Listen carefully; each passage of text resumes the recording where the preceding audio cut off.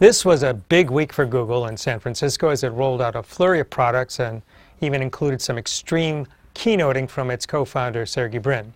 I'm Dan Farber, and I'm joined by CNET senior correspondent, Stephen Shanklin.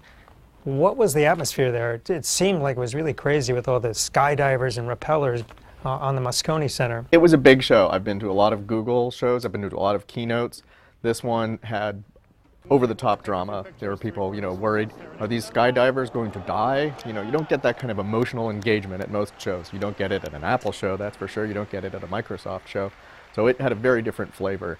It was, fun in a lot of ways. People were really, really enthusiastic. But were they enthusiastic about more than the skydiving? Yeah, fundamentally, in order to have a good trade show, you have to have news, you have to have solid information that people are interested in finding out about, and Google had that in spades. We had Jelly Bean, which is Android 4.1, a lot of new features. I kind of felt like... and how does it compare to Apple's iOS at this point? It's definitely, steadily a more reasonable competitor to iOS. I think iOS is still the market leader in a lot of ways, but Google is pushing ahead. I think, for example, the notifications that are now much more active in Android, that was an advantage that Android had over iOS before. They're now even more active. The Google Now feature, I think, is actually perhaps one of the most interesting one that plugs into your calendar, into your location, into everything that you do, and it feeds you information that it thinks you might need, and that's a very googly way of looking at what a mobile phone can do for you. So, there are real features that are coming out to people.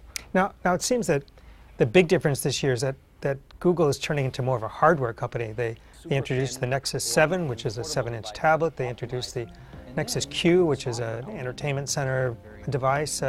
Is this more of what we should expect to see from Google in the future? It's not clear exactly which way they're going to go to me. I think they're still trying to navigate some very choppy waters about whether they are the Android hardware supplier of choice or whether they're just one of many. Clearly, if you're an Android hardware company, you have to be really concerned when Google is competing directly with you. So that's going to be a big tension in the future, but they're not afraid to do it. Google, I think, fundamentally is much more about looking at the world and seeing where can technology disrupt things, where can we make a difference. And if they have to make hardware to do it, so be it. That's where, for example, Project Glass comes in. That was a very high interest item. Well, let's talk about Project Glass. These Sure. are the glasses that you can navigate the world with, and I think that that's where Sergey Brin got on stage and talked about the glasses and said that they would be available to consumers in 2014. But is this something consumers would really want? No. So here's what it is. So today they're computerized glasses. They have a process in there. They're basically a lot of repurposed mobile phone technology. It's got a gyroscopic sensor. You move your head around. You flick your head up to turn it on. It's got a little tiny screen that hovers right above your eye. Tells you notifications, plays video, things like that. So they're trying to gradually use these to introduce more information into your life, which is what Google loves to do. And it's got a nice little camera so you can take pictures, which is their But big. will they sell No. millions and millions in Not at the 2014 or even outset. 2020? So next year they're going to sell them to developers for $1,500. I think that they're only aiming at a very enthusiast kind of an audience. This is nerd central, and I do not think this is going to be something that most people are going to really actively want for a while.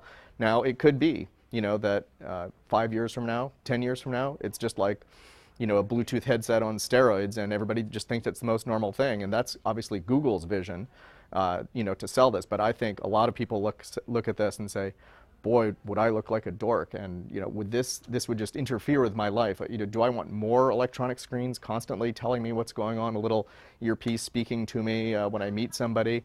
I think some technology people will be very enthusiastic about it. I think it's going to take a lot more work to win over mainstream consumers.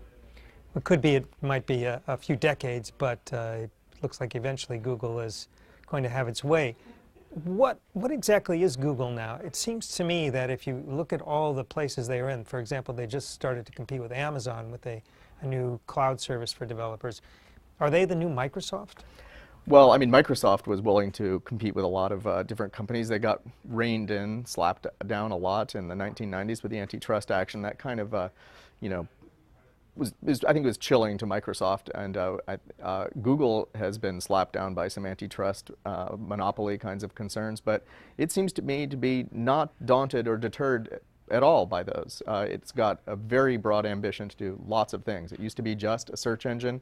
It looks to me right now that they just really have no limits on what they want to do. So I think that they are willing to compete with anybody and everybody. Amazon, you mentioned, they now have this cloud computing service that competes much more directly with Amazon's, which is very popular.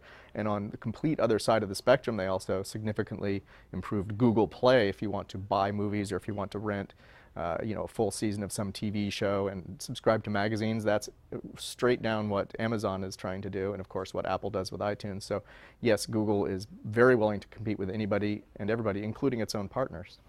And they just bought Motorola. Exactly, thus competing with competing with partners like Samsung and other Android people. Well, thanks, Stephen. Yes, thank you. I've been talking to Stephen Shanklin. I'm Dan Farber. Thanks for watching.